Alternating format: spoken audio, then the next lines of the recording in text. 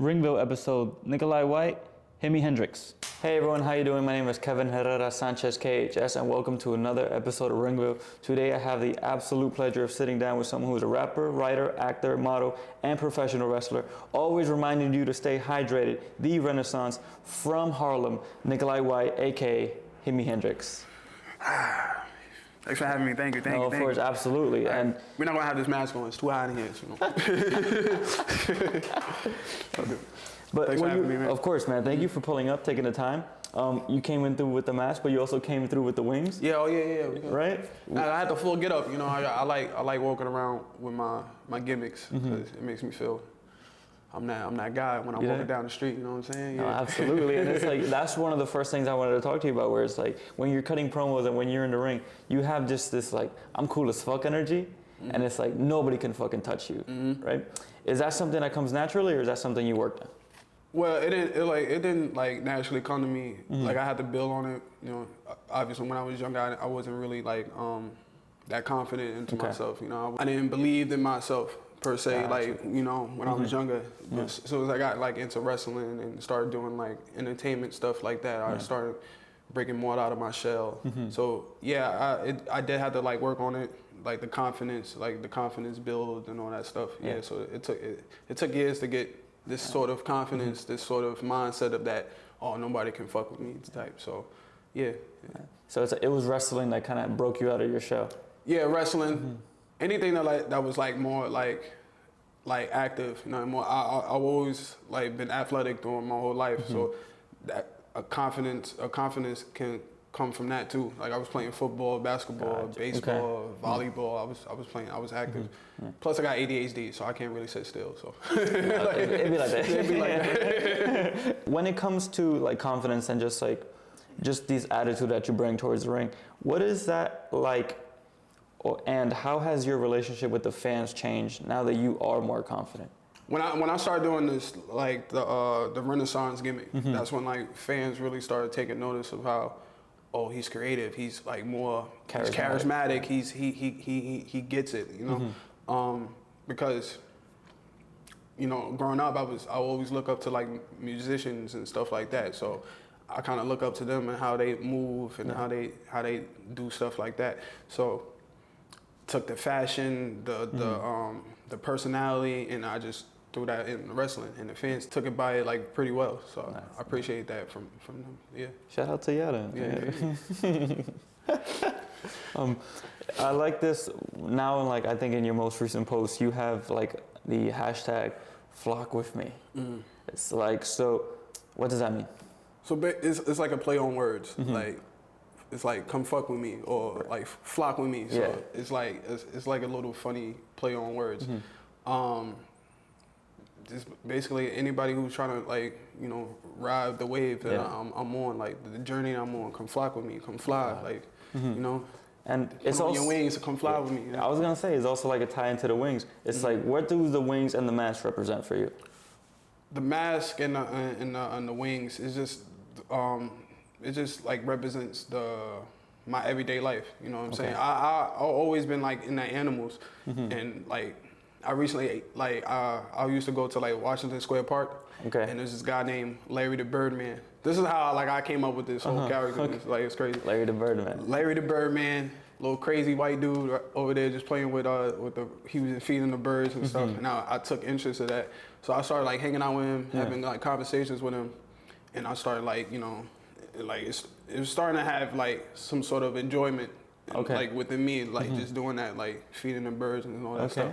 So the mask, how I found the mask, I was randomly, I was coming from like a party. I was like walking down the street and I saw the mask on the floor, and I thought it looked cool. So I'm like, oh, it's cool. I'm gonna keep it, whatever. And then recently when I was going through this character change, like I wasn't being Nicholi White no more. Like I wanted a new persona, and I had this mask, and I thought about like, oh, how can I like, I want to become like a darker type, like some like sadistic type of dude, just like Larry. You know, shout out my dude Larry. You know, some crazy Birdman type stuff. And I just came out with the Himi Hendrix character. So, and when that took off, it was like it was on from there. Like, yeah. Because then that even kind of transpires over to the group that you have, the Flock, with Jason Boyd, Max Bain, and John the Animal. Like, how did that all come together with that group? Did you kind of like bring them in, or did they just like see like, oh, I'm gonna just fuck with this dude? I'm in this promotion called Project Codename Wrestling, and this last year they was coming back from their hiatus. This is during like March or whatever, and I wanted to, since I had this new character, I wanted to have a group with me. Like, I really want somebody to, like, a group of guys that's behind me who could protect me and all that stuff. Like, I wanted that concept behind the character, Himi Hendrix. How these guys came about is just like, you know, we just kind of like, you know, bunched up together. Okay. Not like it wasn't random. Like, it wasn't just, you know, it was just like precise. I was looking at these guys like probably before, like for a minute now, because they used to train at Warriors of Wrestling. So I knew these guys because they local guys, so I know these guys. So John the Animal, he's getting his name up. He's just big. I need a body. So yeah, I need a body. So John was the perfect. He was just perfect for the role. So I brought him in, and like the rest was history, man. Like we've been. 2024 was our year. We was just killing it all. Through that, we was just running stuff, like running shit, like. Because y'all also won the Escape from New York tournament that Project Codename Wrestling did. What was that tournament experience like for you? Exciting. Yeah. Like, cause I remember being at the first Escape from New York, and I was just a pre-show. You know, I look at all these guys that was on this tournament. The tournament looked fun. It's a cool concept, and I just wanted to be a part of it. Like, ever since that first time it came about, like I wanted to be. I'm so mad. I'm at the pre-show. Like I want to be a part of that. Like damn. But now, like 5 years later, I'm at the third one, Escape from New York, and I become the winner. You know, now looking back at that, I was like, damn. 5 years ago, unappreciated. I felt like I was unappreciated. Now I had the opportunity to like hold the trophy, get the medals, and it was surreal. It was a surreal moment, like, cause 5 years later, you know, unconfident, not knowing where to do with your career and all that stuff. Then it all comes about. You never give up on yourself. Never give up on yourself. Never give up on yourself. Right, exactly. It might take some time, but you'll get there. It's gonna take some time. Nah, for real. Sometimes it's like, yo, it's taking a little too much time. You know, I'm getting a little impatient here. No, for real. Shout out to you for telling everybody to stay hydrated. Why? Water's important, man. Water's important. She's right about that. Yeah, I remember like growing up with my mom. You know, I'm in the house and it'd be a hot summer day. And I'm like, yo, mom, come on, I want some juice. I'm like, we got water. Go drink some water. So, like having that, like being stern, like, oh, drink water, always like stuck by me. Okay. So, but how that came about, like the catchphrase, I used to come with the catchphrase, drink more water. It came from a rapper. Like a lot of my inspirations come from music, and this rapper named Mick Jenkins, he had this mixtape called The Waters that came out back in 2014, and I used to listen to that mixtape every single day, and like throughout the whole mixtape, he would say, "Drink more water," you know, and I was like, yes, that's what I want. That's my catchphrase. That's a catchphrase, and it caught on, like surprisingly, like it really caught on with the fans, and I was and. It's one of those things where it's like, okay, like, like it would be the simplest, easy thing that gets people like to react that way, you know, and it catch on. Just like yeet, like, you know, it's simple thing, and it just like takes over like by a storm. So, yeah. Well, there you go. Drink more water. Drink more water. What's your favorite water? My favorite water? I like this question. I was thinking. First of all, actually, do they taste different to you? Yes. I don't know. If anybody tells you differently, that they don't drink water. They don't drink water, exactly. I say my favorite water it's an alkaline water. I keep. I remember telling you this the last time. I forgot the name, but fuck it, we're gonna go for a basic answer. Sensia. Yeah. That's a good water. It's a good water. It's a good water. The electrolytes is in there? The electrolytes, all that stuff, it gets you going. Another thing I want to talk to you about is your fashion sense. You're a very fashionable person inside and outside of the ring. Like there's been times where you wrestled like in a whole button down, and like how do you decide on like what to wear? And it's like where are your influences from when it comes to fashion? Like I said, like a lot of my inspirations come from music. I would say like a lot of my styles come from like A$AP Rocky, Tyler the Creator, Childish Gambino. Like I really looked up to those guys and how they fashion senses are. So and they be clean. They be cleaning like a motherfucker. Word. So I kind of want to bring that element into wrestling, and you already see it like within like Seth Rollins and how he comes out with all this like wild outfits and all that stuff. So I wanted to kind of like have that for my own and put my own spin to it. You know, I have my own sense of style. And, you know, basically stand out from the rest of everybody. Don't look raggedy, right? Yeah, you know, like, you know, I don't want, cause I didn't want to be traditional. Like I don't want the wrestling boots, the high boots, and you know, I kind of want like something authentic, something that's like represent the character Himi Hendrix, and that's how I wanted to be. You know, I wrestle with fucking Yeezys on, put kick pads over it, and I have a button-down shirt and with the scarf. You know, everything that represents me, I wanted to display that with every way. You know, I don't want to be traditional. I want to be different. You know. No, absolutely. You're also a rapper, who goes by the name Holiday Inn. You recently. I got a lot of names. I got a lot of bags. You're gonna be collecting a lot of bags. You dropped your Bad Influence mixtape around maybe 3 to 4 months ago. All right, it's like you mentioned, you know, Childish Gambino, A$AP. Are those also influences to you in music? Yeah, absolutely. But like mostly like my type of music that I'm doing right now is mostly like during like the underground sound. So I'm like I like how the new guys is like bringing in the flavor in. So like the new guys like Sofego, Summers, Autumn, I say Jace. A lot of these guys that you probably don't know about, but they make really, really good music. Really, like they really making noise in the underground sound. So I take inspiration from them. So I like the style. I like how it's just different. I like it. You know, I like things that's different. And then when it comes to like performing your music, is it different than performing in front of a wrestling crowd? It absolutely is. Yeah. It's different because you're not really physically like using your body to like entertain a crowd or get a reaction. But you get like a sort of like a instant gratification with it, like for wrestling. Like people will know that you're bad or good, whatever. Like as far as like performing music and releasing music, you don't get that instant gratification. You know, it takes time. You know, people gotta hear it. People gotta hear it, and people gotta like sit down with it and actually know if they like it or not, because it's subjective. You know, a lot of like art is subjective. So it is different, and you get a sense of like a different feeling towards it. Like I feel like stuff like music, art, and all this is like with like spiritual. You know, it's like really in tune with yourself. So when you get like a good feedback with your music, it really feels good. It feels fulfilling, other than like wrestling. You know what I'm saying? But what you get, the feeling that you get from wrestling is a whole different side, because you're using your body, you're using your emotions and all that stuff. So it's a different feel, really different feel.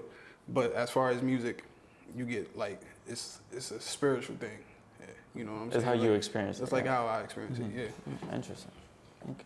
And then, is there like any similarities that you find between the two? Yes. Like, especially with like if you get the crowd rowdy, like you get that feeling of I got them right here. You know what I'm saying? You can get that from both feelings, from music and wrestling, I believe. Okay. Who are people that, like, let's say if you're working on something in the sense of music, who are some of the people like you send it to for feedback that you can trust? It's not locally. It's not locally. You gotta branch out. I want the feedback from outside, like not locally, but like because you're never gonna build an audience just by being local. You know what I'm saying? Yeah, no, they could be your supporters, but the people that you really want your eyes on is people that are outside of your town. So those are the people I'm really want to focus on, like reaching my music tours to. So, and wrestling, don't forget it. Like you can't be local. It's a traveling business. It's a traveling business. Can't be local. You want to think big. You want to think global. Right. So I always think of that sense. You know. Yeah. Oh, okay.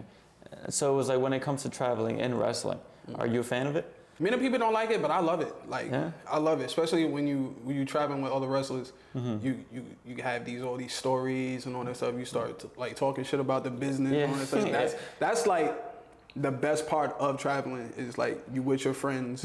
You going to a show. And you just shooting the shits, basically. Yeah. So just like this, you know what I'm saying? Yeah. Like, you be having that. It's a good laid back feeling, you know. But it's like I know traveling could be like real difficult, you know, all that stuff. But I like it. I personally love traveling. Yeah. So shout out to travel. Yeah. Where's the furthest you traveled to for wrestling? The furthest I traveled, I'd say Florida. Florida? Florida. Yeah, I was. This was for WrestleMania weekend actually. Oh, okay. What year? This was 2021, I believe. Oh, it was the first one after the pandemic. First one after the pandemic. Yeah. I had a lot of fun. So, yeah, that's the farthest I traveled. Last year for Philly, right?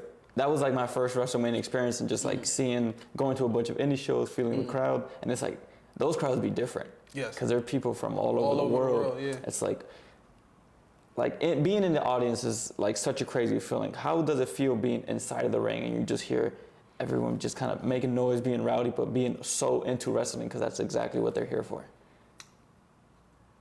It's fulfilling. Like you actually, it's a feeling where you actually know that you're on the right path. You know what I'm saying? Nice. And you actually doing the stuff that you need to be doing, and it's actually working. So being in front of that crowd is a whole different feeling. I get goosebumps just by thinking about that, because I've been in crowds. That rock shit, you know? Yeah. I've been in crowds like that, like rowdy. They into it, like everything, every single move. They just glued to that ring. So I've been in crowds like that. Especially, I think the best crowd I've been in front of was for Enjoy Wrestling. I was at a pre-show, taping, and the crowd is a casual. I think the casual fans, like a casual fan, is like more in like. They more pumped? More engaged, you know what I'm saying? Like they more engaged than like the regular wrestling fan, because they outsiders, you know what I'm saying? And all they are there is for a good time, basically. Okay. Especially when they have their drinks with them, and they got a few drinks in it, it's over. They're having a good time. Exactly. So I believe like a casual fan is more like engaged than a regular pro wrestling fan, because a regular pro wrestling, they probably saw everything. In the world. It's harder to get them. It's harder to get them. A casual fan, you could do a shoulder block, they pop. Like, I love casual fans. I appreciate casual fans. Yeah. Shout out to casual fans. Yeah. On your IG, you've been there's been videos dropping of like these shorts and the last one was you playing poker. And it was like this whole kind of like promotional for like this music video short film. And we were talking a little bit off cameras, and you were saying how much you enjoyed the experience. Yeah. What is it about acting that you find enjoyment in? Playing another character is just so fun. Like, not being yourself and pretending to be someone is so much fun. Like, this is what I do in Himi Hendrix. I'm not really, a crazy bird man, you know what I'm saying? But I'm but like having that just being in a different persona, you know what I'm saying? A different person, and just creating a character is just so much fun. Okay. You know, it's like outside of the norm that you usually do. Yeah. So it's just fun to me. Like I love playing different characters. I love acting. I just love entertaining people. You know, that's my thing. If you need an actor. Yeah. Hit him up. Put me in. Come on, put me in. Do you have a process for when you're creating characters? I do. I watch a bunch of movies. Wow. I take notes. You know, I listen to a bunch of music, whatever I need to do. You know, that's kind of like my process. You know, and usually I usually do like the for when I was creating like Himi Hendrix, like I used to put myself in a dark room. I used to do some like Heath Ledger shit. Put myself in a dark room and just sit there and just think about all the characteristics and like mannerisms of what Himi Hendrix would do. I would literally sit in the dark room, just think about that stuff and just, okay, this is me. Now let's go out in the world and just display that, you know? Let's put that out in the world. Yeah. Even if like before going out on the curtain, I'll get into the mood. I'll put myself in a corner, pump myself up. I'm like, now I'm ready. I'm Himi Hendrix now. You know, that's my process. Yeah. So you take it deep. I take it deep. Sitting in a dark room, yeah. It's a method. It's method acting. Come on, man. Take this shit seriously. Did you take like acting classes, or is it just something that you just? No, it's just naturally in me. Like I never took any classes. I never took, even with like singing and all, I never took any classes. Flex. Like that. Flex. Yes. All natural. You know, no. No outside sources. Oh, that's funny as hell. In your wrestling career, what are some of your proudest accomplishments? It's simple, but it's like, you know, it's small, but to me, it's like a big thing to me. Like, all right, so I remember this is the first match I ever, like I had as Himi Hendrix. I went to North Carolina. I was representing for Titan Championship Wrestling. Okay. We was going over this promotion. We was doing this angle where we invade or whatever, right? So we go in there. I did my thing. I had this little dope 8 to 10 minute match, right? Gotcha. So I had my boys from Titan. We all come together at the end of the night, right? It's the main event. Yeah. So we start beating up everybody. Whole rush out, right? But there's this one thing I did that I'll hold this dear to me, like for real. So I saw this kid. He had a Rey Mysterio mask, right? Okay. He was just holding it, right? So after we just beat up all the the good guys, right? I saw this kid. He had a Rey Mysterio mask. So I took it. So like, fuck Rey Mysterio. Walked away. The father of that kid got so mad. Yeah. He's like, you motherfucker, I'll fuck you up, that's my kid. Oh, all right. I'm like, oh, okay. And then it started building, like the whole family. He had a big ass family. I didn't even know. They went there as a flock. They was flocking, I swear to God. They was flocking. I was like, oh, nah, what's going on? Yeah. And they started, and then at the end of the show, they was waiting for me. Oh, no, that's crazy. They was waiting for me outside of the ring, like outside of the arena. Oh, man, I think that's like the proudest moment I have, having that sort of heat. Like, simple thing. I just got so kid with the magic. Yeah, that's crazy. Rey Mysterio caught her straight. The kid is just there crying. Like. Yes, that's my proudest moment, having a whole family ready to kill me. Yeah. It's real to me. It's real. It's still real to me. That's crazy as hell. That's probably the most interesting accomplishment I've heard. I just had a family ready to fuck me up. Like, really, I'm gonna tell that to my kids. Watch, your daddy was heated. Heated, man. Well, man, thank you very much for coming through. Thank you. I truly appreciate it. Anything you want to plug to the cameras, social media? Yeah. GWA March 1st. We are having a dope show, dope show. I'm in the main event, triple threat, Himi Hendrix versus Jay Bougie versus Adonis Stone for the Lionheart Championship. Buy your tickets, come through. It's in the Bronx, Boys and Girls Club. I got music coming out, more music coming out. Don't check me out. Don't sleep. And that's pretty much it. Yeah. Well, man, thank you very much. Appreciate it, sir. Thank you. Absolutely. Until next time, everyone. We out. Take a little sip.